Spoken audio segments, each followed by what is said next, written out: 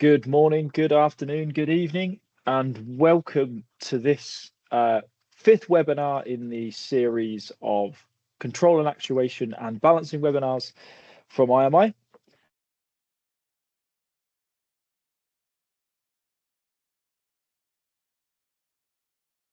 My name's Rob Green, and I will be your host for the next hour or so. We will give it maybe another 30 seconds just to let everybody kind of get online. I can see a few of you here already, but let's just give it another couple of minutes before, well, another few seconds, should I say, before we kick today's webinar off. But I want to give a very warm welcome to those that may be here for the first of the series, and those that are returning. It'd be fantastic to see. I think I recognise a few names on the call, so we can see we've got some people that are returning back, so that's fantastic to see. And hopefully today is going to be a really useful webinar for those of you that are able to join us.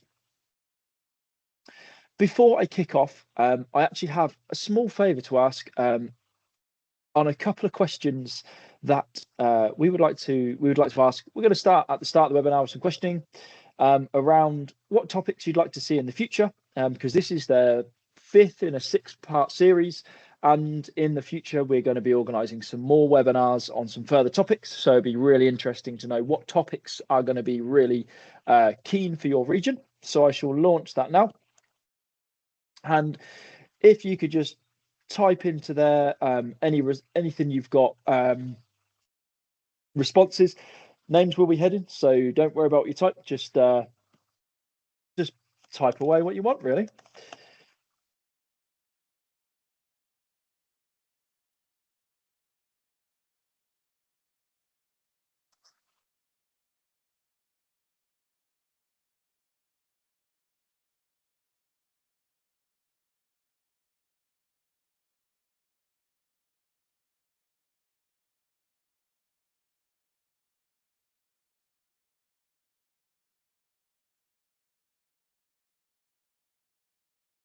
We'll leave that running for another few seconds, but thank you very much for those that have responded. I have one more little ask. This one's a little bit easier, just around how you would find best to find out about webinars. Is be good to know what is the best way you find out about how to learn, really. I've got a few options here on some what your preferred platform is, should I say, on finding out about the latest products and trainings that, well, anybody offers, but I'm here from IMI Climate Control, so we're going to be talking about climate control in reality.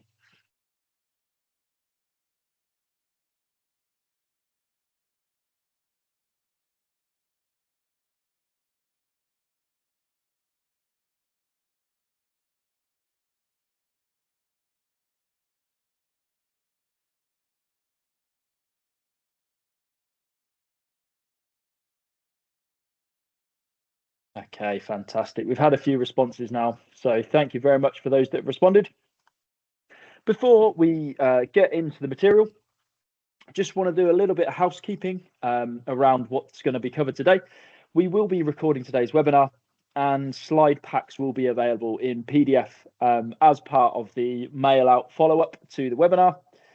Also, during the course of the webinar, you may have already found out your microphones and cameras have been disabled.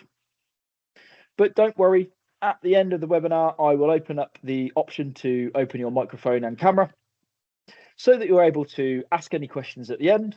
Or if you'd prefer, during the course of the webinar, there is a Q&A section at the top. So you should see across the top banner of your screen, there's a little Q&A section. So if you press the Q&A here, click create a post, and that will allow you to anonymously add any questions you may have that we can wrap up at the end of the webinar. Hopefully today we will be taking us around 45 minutes or so with content, which gives us a little bit of time at the end of the webinar to wrap up any questions you may have. So that's it with the housekeeping. So let's have a look at what we're going to hopefully learn today. Today, we're going to start with a bit of a recap on what was covered in the previous sort of 4 webinars. Very, very briefly, obviously, we're just going to set the scene around today's webinar, and today's webinar is all about control valve and control valve sizing. We're then going to introduce probably the most important thing with control valve sizing, which is control valve authority. And then my personal favorite, if I have to say it, is something called global circuit characteristic. And this is where all of the different things around control loops, balancing, control valve authority, sizing, selection, all kind of come together to find out the best way of controlling a system, a circuit. And we can see how the different parts have got different influence on there. And we will then look at control valve characteristic itself and something called rangeability. And finally, we're going to finish the webinar by a couple of short sizing examples on some control valves. So let's start with a little bit of a recap. The first 3 sections of the series, so sort of 50% of the series, was looking at balancing and balancing of a system. So we were looking at full load conditions and ensuring we would like to balance to design flows in all units in design conditions, i.e. when control valves are fully open. So we were concentrating on the full load of the system, everything going at 100%. And we looked at methods we could do that while creating the minimum additional pressure drops. And we covered things like what we need to consider when we're balancing, looking at the sizing of balancing valves, and some really key topics around actually how can we manually balance a system, and some of the functionalities and purposes around that. And the key takeaways for that was that it's not just about getting the design flow. It's while creating the minimum of additional pressure drops. So we're optimizing that pump. We're ensuring we're using a little amount of energy as possible to move the water to the correct places. And then towards the sort of 3rd and 4th parts of the webinars, we introduced variations on differential pressure. And we talked about how the differential pressure will vary during a system's operation. So, for example, if we take a building that's been designed in, for sake of argument, let's say Sydney, and it's been designed to a full cooling load, which is going to be on the hottest day of the year in a number of years. Actually, typically, a massive proportion of that year, you're not going to be on that hottest day. You're going to be operating at lower conditions. In reality, what happens is for probably predominant amount of that season, we're operating at or below half load. And if we take half load in terms of output of a system, that equates to around about 20% of the design flow. So for most of your season, you're operating down at only 20% of your design duty. And that's going to cause me some problems because, can cause me problems as long as if we're not aware of them. 20% of the flow means because differential pressure is proportional to the square of that flow, if we only have 20% of the flow, we're only going to have 4% of the design pressure drops in the system. And if my pump is still emitting 100% of design differential pressure, there's only one place that differential pressure can go, and that's going to be on the 2-way control valves, being the only dynamic component in that system when we're just talking manually balanced, manually controlled systems. So we looked and we saw about solutions, including differential pressure controllers, pressure independent control valves, how we could deal with those variations in differential pressure. And today we're going to go a little bit further and not just look at the design conditions, we're going to look at the control conditions under varying loads. And the last little bit of a recap is what we covered in the last session, where we looked at the 2-way direct control circuit, i.e. where we are varying flow through a terminal unit, such as a fan coil unit. And we looked at the 2-way injection circuit on the top right here, where instead of varying the flow, we are varying the temperature into that typically air handling unit coil, which gives me a little bit of a better level of control. And we'll see that in some examples when we're looking at the sizing and authority and things of control valves. So that as a recap, let's look at some new material now. And I want to start by defining what's called the authority of a control valve. And this is probably the number one most important thing we need to be aware of when we're sizing and selecting control valves. And what authority is the following. It is a relationship between the minimum differential pressure across that control valve and the maximum differential pressure it's likely to see. Because during operation, as we saw in the recap a couple of slides back, that differential pressure is going to be varying throughout the system. So therefore, the available differential pressure is going to be increasing and decreasing at that control valve. And my authority is the relationship between the minimum and maximum. Now, the minimum, pretty easy. That's going to be equal to the pressure drop in the control valve when it is fully open and at design flow. That's the minimum pressure drop we're ever going to see across that valve, because we need to size the system to be able to achieve design flow. So therefore, the minimum is when the valve is fully open and we're achieving design flow, divided by the maximum pressure drop. And the maximum pressure drop that valve's likely to see is going to be variable. And it's going to be the pressure drop when the valve is fully closed, because at fully closed condition, we've got the highest available differential pressure at that valve. And that's going to be equal to the available head, the delta H, at all system loads. And we will look at today actually how this figure varies and how we can deal with it varying to ensure we preserve the authority. And we're going to see in a few slides as well, actually, what does poor authority look like? How is that going to affect my system? So that's a quick definition of it. Let's have a look at the reasoning around it. And the reason for authority is the following. Differential pressure is proportional to the square of the flow. If you've joined any of these webinars in the last 4 webinars, this will hopefully not be a new concept. This is probably the number one defining relationship of hydronic systems. And it applies itself to the pressure loss in all static components, pipes, coils, fittings, manual balancing valve, filters, anything on a system that is not dynamic, i.e. is not moving, sits in a position, stays in there once it's set. This relationship always applies. As the flow changes, the differential pressure changes to the square of that change. As an example, if we go for doubling the flow, 2 squared is 4. We have 4 times the available differential pressure across that device. So if we halve the flow, we have a quarter. And that is a relationship we never, as hydronic engineers, ever want to forget. It is the number one relationship we use continually on all hydronic systems. So let's have a look at variable authority, because we were talking about two-way control systems where my flow is varying throughout the system, therefore my differential pressure is varying, therefore I have a variable, should I say, authority. So authority is not constant. If we take an example system diagram, here is a simple system with 1, 2, 3, 4, 5 terminal devices on there. And there is an available head across each circuit.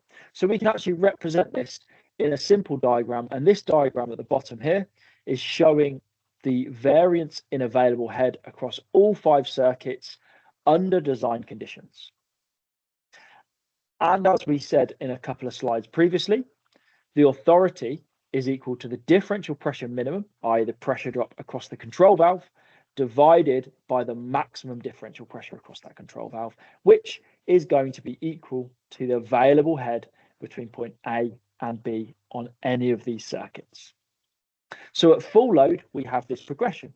As we are losing differential pressure in my pipe, the available head, the available differential pressure, is reducing as we move down the system, and the available head is consequently dropping. So we could size our control valve authority, and we could see in this example, each of these control valves at design conditions, if they were all identical flows, identical size valves, would have different authorities, with at design conditions, the available head being the lowest on this furthest circuit. So therefore that would have a higher authority than the valve at the start of the circuit. So we need to take that into consideration when we're sizing for design. But the reality is the differential pressure in the pipes is proportional to the square of the flow. So at low loads, i.e. when there's less flow in the pipes, there is much less differential pressure. So the variance in available head across a circuit is much lower. Consequently, at the end circuits, the available head increases proportionately, much more than the circuits at the start. So we have this increase in available differential pressure, i.e. that would be an increase in the differential pressure the control valve is going to see at a maximum, which is going to lead to a decrease in authority. So often we simplify this for sizing purposes, and with no dynamic balancing devices, with purely just manual balancing valves and standard two-way controls, we can say the minimum authority is equal to the pressure drop in the control valve at design flow divided by the pump head. When we are operating at a fixed pump head, I have to note at this point, for simplification here, we're talking about a fixed pump head. This pump is always producing the same differential pressure, this same pump head. So in that case, actually, although at design conditions, each of these 5 valves has a different design authority, the minimum authority, which is where we're operating at a higher proportion of the year, is going to be the same across them all. And let's have a look at that on a valve in particular. So let's take a look at a single circuit, a single valve, and here we have an available pressure between points A and B. Now, these two diagrams are not to scale. Sorry, they are to scale. This is showing the differential pressures on a circuit with a fixed available pressure drop. And we can see at design conditions, we're losing a little bit of pressure drop in the piping before the valve, a fairly large amount of differential pressure in the control valve, a small amount in the further piping, a little bit in my terminal, a bit more in my other pipe, some in my manual balancing valve, and finally some in the final pipe. So the authority of this valve is going to be equal to this differential pressure at design flow divided by the available differential pressure at A and B.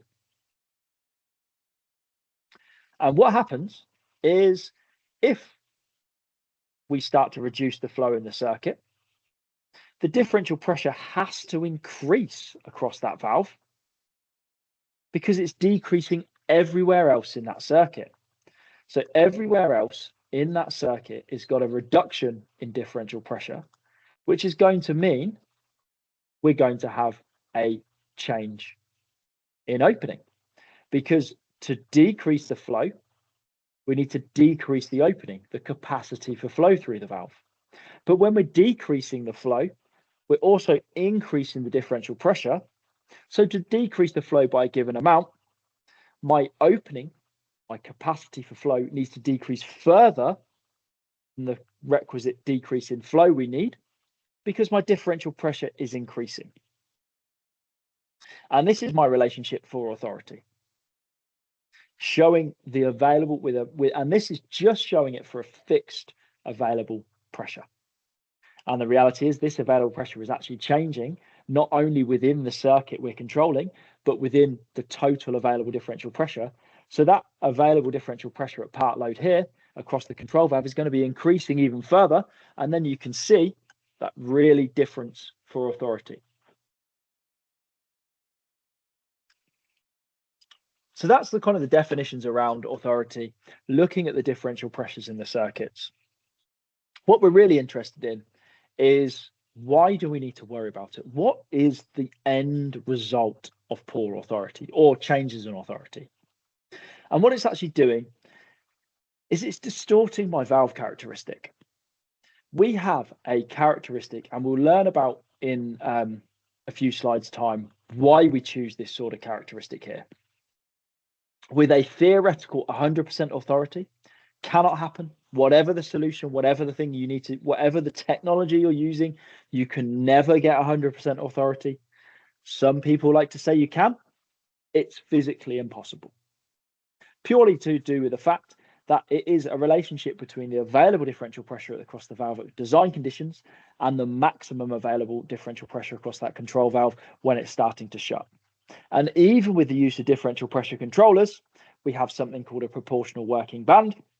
And the available differential pressure is not constant exactly. It is varying within the proportional working band. And that band can be anywhere between 20 and sometimes up to 60 or 60%-ish, depending on the valve technology used. And we can see if we take, let's take for the sake of argument, a 50% of lift here. And we say, right, okay, let's take my pen, and I've now got to apologize for poor drawing. I'm going to try and draw a straight line. Is that going to work? There we go. Oh, imagine that's a straight line. And we are looking at, let's try and, that's gone worse actually. We are looking at, for example, with my theoretical 100% of authority, a flow through the valve of around 25% at a 50% lift. As my authority worsens, in this case, that means the differential pressure is increasing on the valve. So authority of 0.5, we get around 32%. At 0.25, we get about 42%. And at a really poor authority of 0.1, we're getting almost 3 times the amount of flow through the valve.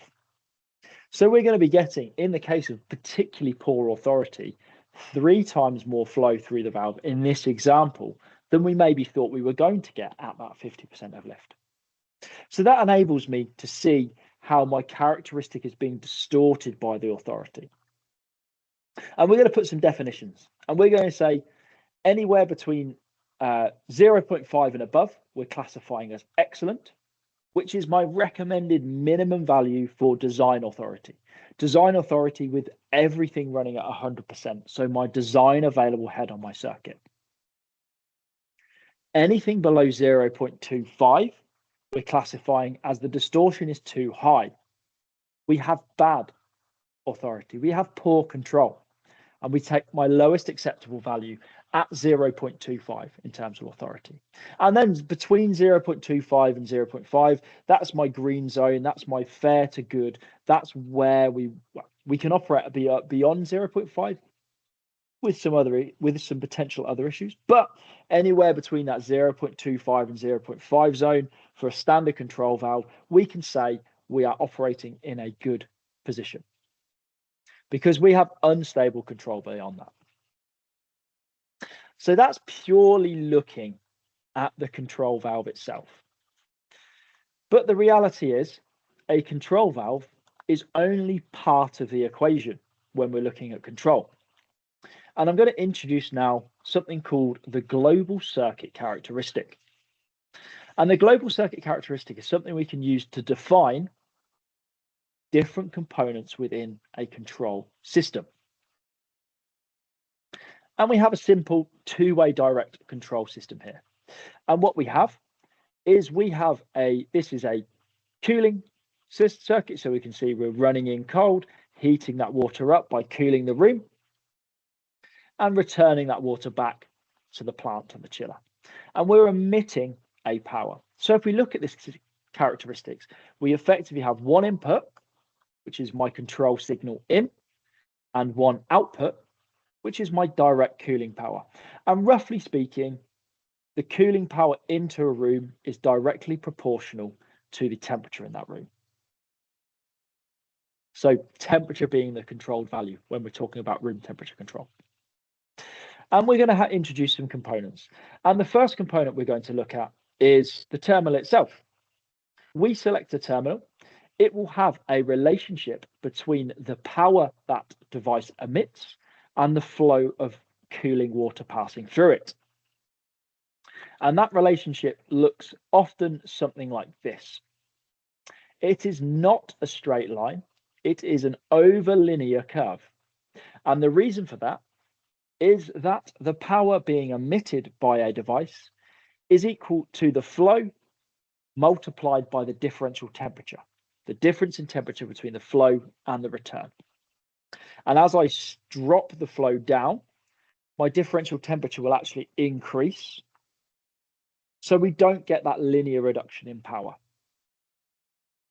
I often talk about it. It's not the exact reason why, but it kind of makes sense to me and hopefully makes sense to others, is if you imagine that particle of water traveling through my air handling unit, for example, the longer it takes, the slower the flow, the lower the flow is, the slower the velocity is, the more time it's got to take in heat from its surroundings. So therefore, the difference in temperature between the inlet and outlet is going to be greater.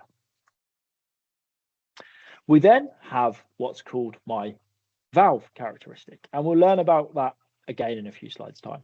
And that is my relationship between my lift of my control valve and my KV, my capacity for flow for that valve.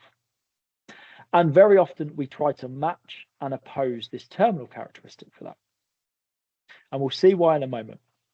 We then have in the middle, we have my key, which is my authority. We've learnt about that in the few slides previously, which is the differential pressure across the control valve when it's fully open at design flow, divided by the differential pressure with a fully shut control valve, i.e. in this case, the maximum available head that control valve is likely to see. There's one further component, which is the actuator, and the actuator is the tie-up between the lift and the input signal. And when we combine all four of these parts together, we have a target. And my target is my global system characteristic, my global circuit characteristic. And the target for that is linear. The reason is we want to be able to ensure, for example, a 10% change in input gives a 10% change in output. Regardless of what my current input is, we want to have that linear stable relationship. An example I like to use is, I'm a bit of a car guy. If you imagine, depending on, show my age, my late 30s, fast cars when I was in my sort of late teens, early 20s tended to be cars with big turbochargers bolted on the side of them. You put your foot down, nothing happened. Then suddenly you got an absolute whack of torque in the back, and frequently the car ended up in the bush upside down because you didn't have that linear relationship between how much you put your foot down and how much power you got from the car. You have this non-linear relationship. So actually trying to drive a fast car fast, you had to be really careful with your accelerator pedal. You had to know when you had to control the boost. It was a really complicated. I was a bit young really to be able to drive them, but was driven by many people, but not competent drivers, I have to say. And it was quite difficult to do that. Quite a lot of power, not a lot of control. But you move to the modern day, and electric vehicles are a perfect example of this. They have an almost linear, pretty much exactly linear relationship between how much you squeeze that accelerator pedal and how much power you get from your car. It's extremely easy to know what's going to happen when you put a little bit more squeeze on your accelerator pedal. You know it's going to speed up. Even modern turbocharged cars with all of the control electronics they've got on there, all of the boost controllers and everything, they have this really nice. You no longer get that punch in the back when suddenly the torque kicks in and the boost gets up, and they're much more easy to drive fast because they have this linear relationship. And that's the same thing with room temperature control. We want to provide that linear relationship because, number one, we get better comfort. We're reacting directly on what we want to act on. And number two, if you think back to the car scenario, you do it more efficiently. Modern cars are so much more efficient than old big turbocharged cars from the 90s because many factors, including their control. They don't need to use the same amount of fuel. They can control how much you're using better. You get there much more efficiently and you get there faster. That's the idea with this global targeted linear characteristic. So I want to look back now at authority and kind of bring back in a bit of the graphic we showed before. But I'm going to do a slight variance on it now. So now we have this same graphic, but instead of flow on this y-axis, we're looking at the amount of power we're emitting. And again, we can see that distortion of relationship.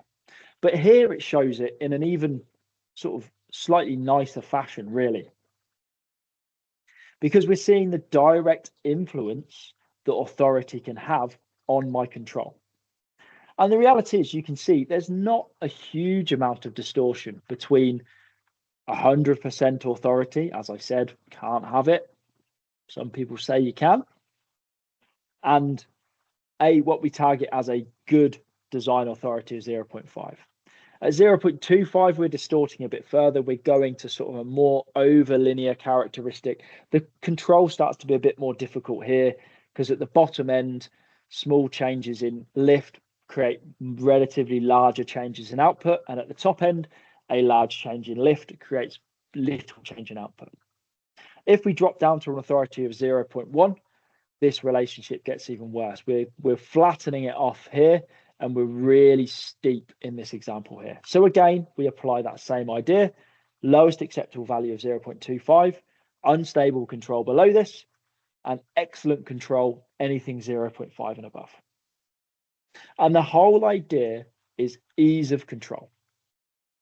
And the idea is the steeper the slope is of that circuit characteristic, the higher the risk is for instability in that control. And instability is ruining my control function.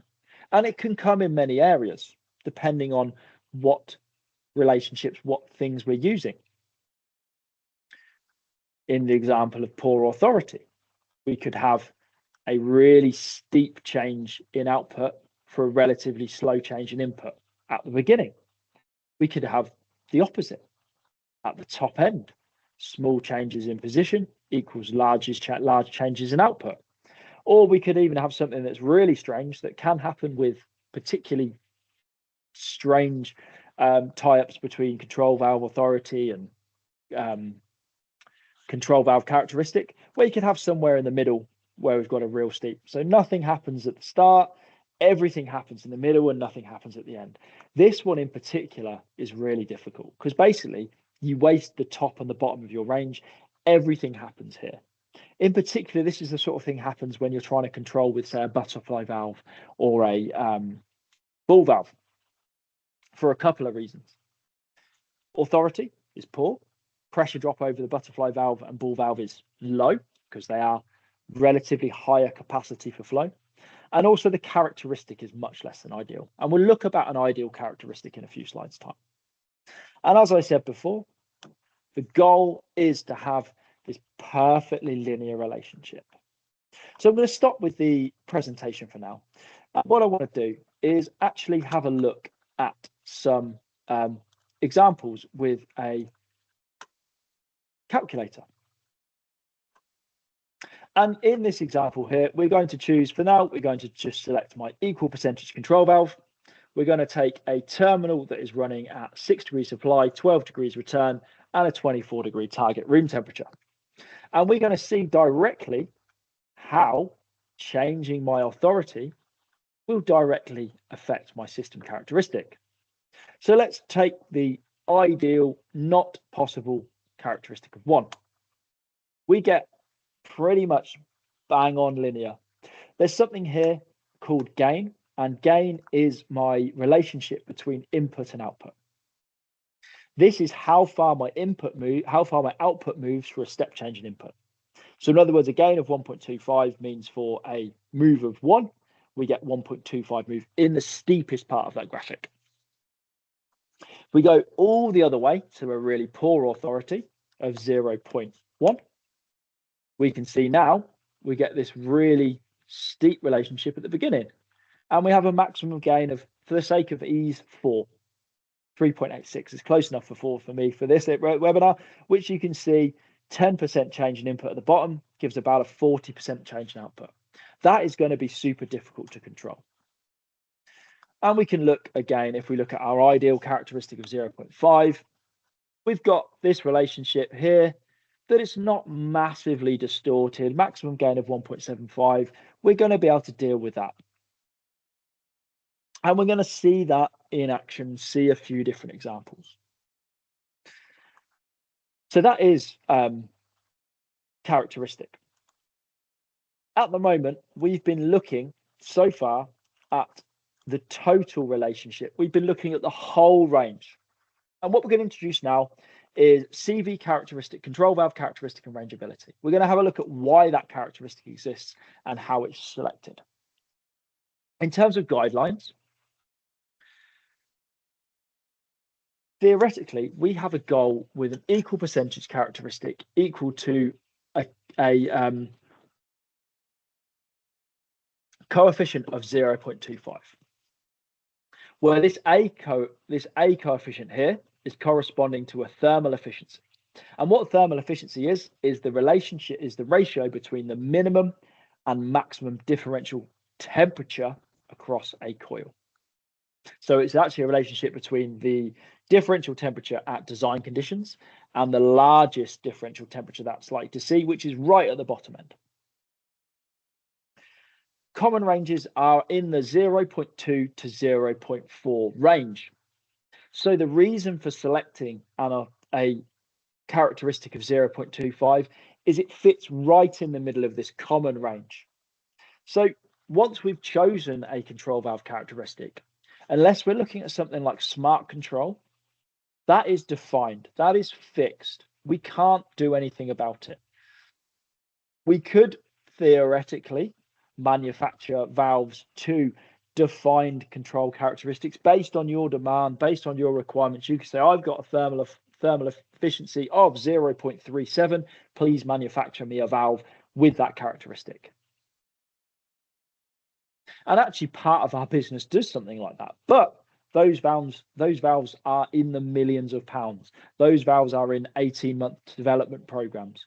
They're not equivalent. They're not applicable to a HVAC system where you're purchasing in the high hundreds potentially, maybe even the thousands if it's a large project. And interestingly, the trend on the temperature regimes is actually to have larger differential temperatures, which is leading to progressively higher phi values. But the idea is we want to stay at around 0.25 because it is the best range to cover most common heating and cooling regimes.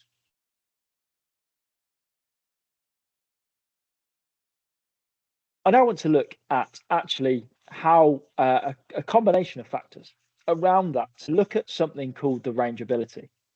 And rangeability is the point of control where you no longer have control of the valve. And there is a point, depending on often typical rangeability, maybe 25 to 1 for a control valve. So you can control down to a kV that's 1/25th or 4%. Yeah, 4% of the maximum kV. And below that, you're working in what's called an honest scenario. And you may say, well, yeah, 5%, 4% of the kV, that's pretty good. That's a really small opening. But actually, if we take, for example, a valve with 15 kilopascals available at it at design conditions, and we have this relationship here between flow and opening. But at partial loads, what happens is this. To get me back down to 100% with 80 kilopascals in this example, we actually have to shut the control valve down. We have to reduce the opening of that control valve. And we end up wasting a proportion of that range. So now, because of my poor authority selection, we've wasted a chunk of range of that valve. And we've massively distorted that characteristic by doing so, because we've chopped off half that characteristic just to get me back to design conditions. Because my valve characteristic is affected by the variations in the plant. And again, let's look at it by something we care about. Let's look at it in relation, to the actual emission of power. So if we take my flow versus power relationship with my coil, and we transpose this graphic from the previous slide to it, flip it round so we have the axes matching, and we have a look at some at 50% of power. In my theoretical 100% authority, we have 50% of opening. Magic, perfect, really easy. We know that doesn't happen. In design conditions, in this example, we end up with 34% of opening. We can still control to 34% of opening. We're good. If we have a poor authority, what happens is we sit within this example below 10%. In this example, sorry, it was a rangeability of 10. And what happens is we're operating in the on-off proportion of that control valve for 50% of the power, which is a large proportion of the year. So we have a lovely modulating control valve. We've spent a lot of money on a modulating controller, but do you know what we've just gone to do? We're just going to take a generic two-way control valve. My controller's perfect. It's really good. It's fantastic. It's got everything on it, but mechanically, we're just going to choose the cheapest valve we can. We're not going to size it correctly. What happens very quickly is modulating control then becomes on-off. Because we've fallen to within that rangeability though. So when we're selecting a control valve, we need to be aware of three things in reality: the characteristic, the rangeability, and the authority. And all three parts are going to take an account on actually how well that valve controls. And looking at it in some more detail, plotting a few parts together. This is my control valve lift, which we can simulate out as my input versus my power output. And if we look at design conditions, we have this sort of slightly over linear relationship with a design authority of 0.5. If the design head in this example increases by 4, we have this relationship. We lose almost 50% of my control valve lift. My minimum controllable power then becomes around about 40%. Even worse, if we have 10 times the amount of head, we lose almost over 60% of my lift. And we can only control to round about 50% of power. In other words, we're an on-off control all of the year because we haven't sized that control valve correctly. So that is the factors around control valve authority, control valve characteristic. I want to wrap up the webinar with a couple of quick sizing examples. And we're going to do some simple sizing on two-way direct circuit. So here is my typical two-way direct circuit: a fan coil, say, a control valve, and a balancing valve. We need to size the control valve as following. We want it to be the largest between 0.25 times the pump head. In this case, the pump head was 100 kilopascals. Reason for 0.25 is if my control valve is 25% of my available pump head, the minimum authority is going to be 0.25. Nice and easy. And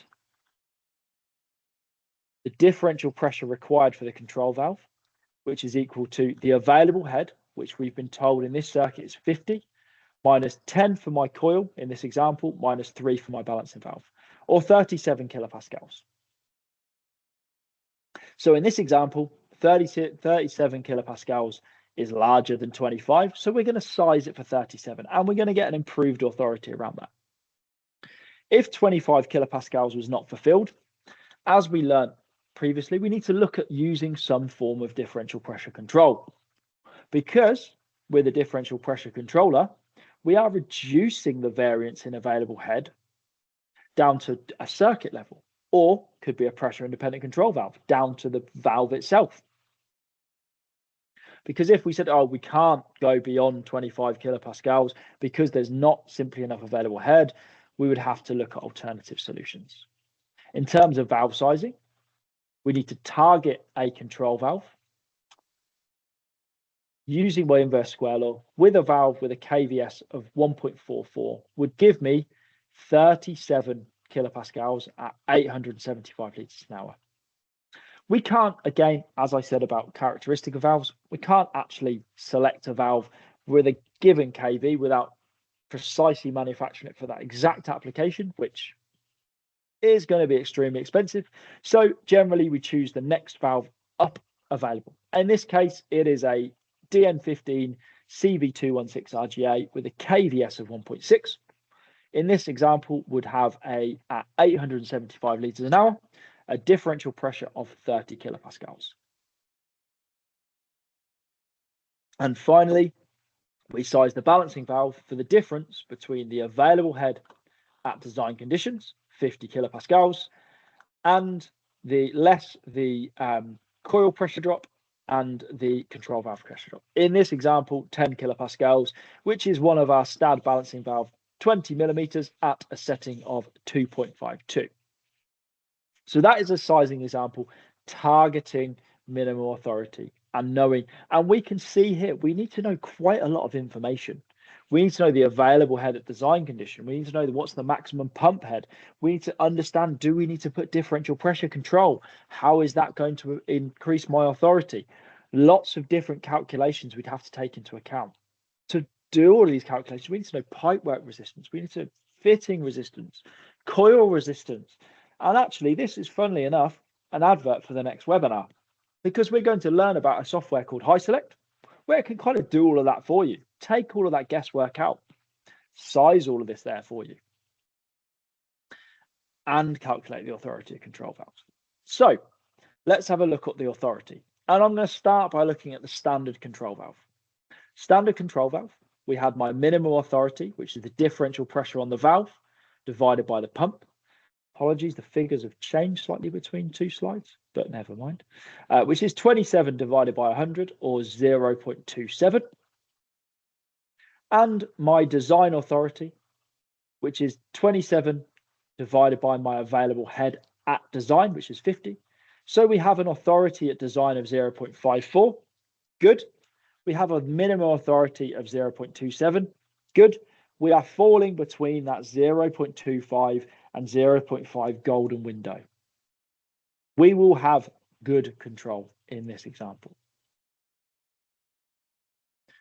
Or we have the option of selecting a pressure independent control valve, such as our TA modulator. And with these, we have a minimum authority guaranteed of 0.7 due to the proportional working band of that DP controller. Our valves, depending on the size, have a P band of between 25 and 30%. And that's where my authority of about 0.7 comes from. And the final thing I want to do is actually directly show you these two relationships on my global circuit characteristic. So let's bring my global circuit characteristic calculator back on screen now. And we have the example. So we're going to use these same examples here. And we had a minimum of 0.54. So we can see we have this nice global circuit characteristic here. Or we go for my minimum, which was 0.27. We've got a slight distortion, but still my gain is around 2.4. So it's pretty good. But let's really see here the advantage of the pressure independent control valve. And with a pressure independent control valve, with a P band of 40%, we have a minimum authority of 0.7, a maximum gain of 1.47, and we can really see in this example the perfect relationship and the reason for using a pressure independent control valve. And before I go, I want to point out one further point. A pressure independent control valve is a control valve by its nature. There is more than one thing we need to worry about than just preserving the authority. We also talked about the characteristic. And I would like to show you now, if we were to select a control valve characteristic that is not correct for this circuit, and let's just say, for example, choose a linear characteristic. We still have high authority, but now, actually, my maximum gain is nearly 6. My global circuit characteristic is really poor.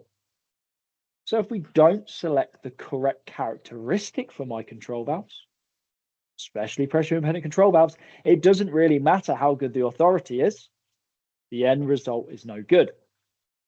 And if we go back to my example here with control valve and equal percentage, even with a relatively low authority at minimum conditions, in this example, it's still outperforming a pressure independent control valve with the wrong characteristic. So that is all. We are wrapping up pretty well here. Before I go, I want to say thank you very much. Advertise the next webinar, which will be in, what are we on today? The 16th or 17th it will be for you. So is in about 5 or 6 weeks time at same time as today. And it's going to be covering high select. So it's going to be kind of a little bit of a wrap up of everything we've looked at before, but in one nice little package. It's going to be a bit more of a demonstration around our sizing and selection software. High select. I have one further ask. It would be really appreciated if you could take a scan of this QR in the middle of the screen, and that should then pop up on your phones a little survey. It's about a 5-minute survey, I think, if that, just to give a bit of feedback on today's webinar.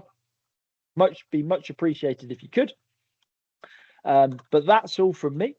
So once again, thank you very much. I am going to, just before I go, double check to see if we have any questions knocking around. Nothing in the chat. Anything in the Q&A? Let's just wait for it to load. Nothing in the Q&A. Before we go, let me just allow participants to unmute themselves, turn on their cameras. So hopefully now you should, oh, I turned it off. Turned it off. You should now be able to unmute yourself, he says. Yes, you should now be able to unmute yourself. If you've got any burning questions and you want to ask them now, please do so. I'll give it kind of 30 seconds or a minute or so, just in case anyone's got anything brewing.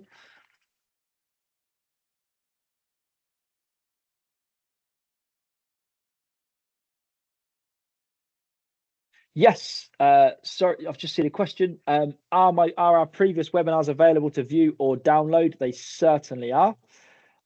Let me find the page where we can get access to them and pop it in the chat, not that one.